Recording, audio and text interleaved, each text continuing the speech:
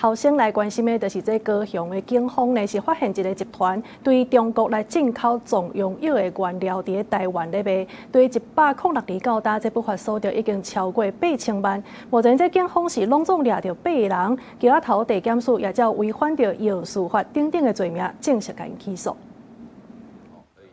亞白的包裝用文字強調有重用效果，阿白頂懸寫着食品2字，不知個內面的產品說是有含禁藥成分的假藥啊。高雄警方去年追查一件李小成爆殺案的時，意外發現幾多種明講重用效果的保健食品，佇咧網絡賣甲下叫，甲產品提去化驗發現內面有含無經過核准的藥品成分。對去年7月開始，都會當新北市衛生局發動2擺敲催，佇業者公司找到17000盒的假藥啊。那個是2入的，那個盒子的。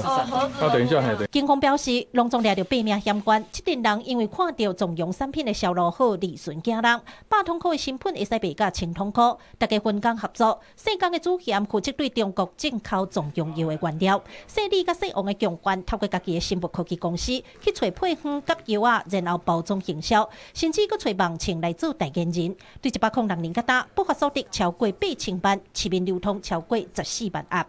該集團透過健康食品名義摻雜偽藥成分，借以增強功效並宣傳，進而販售牟利，恐對服用者造成無法恢復之傷害。為着要讓產品有效果，就烏白藍禁藥，今仔頭地檢署認定這8名嫌犯的行為涉嫌違反藥事法，已經起訴。目前已經有消費者反映，食完會有心肝頭、噗噗慘的現象，因為相關產品佇咧網絡平台也有人在賣。警方也呼籲，千萬唔通買來路不明的藥品，避免了錢傷身體。記者郭家如、柯兆陽、高雄場報道。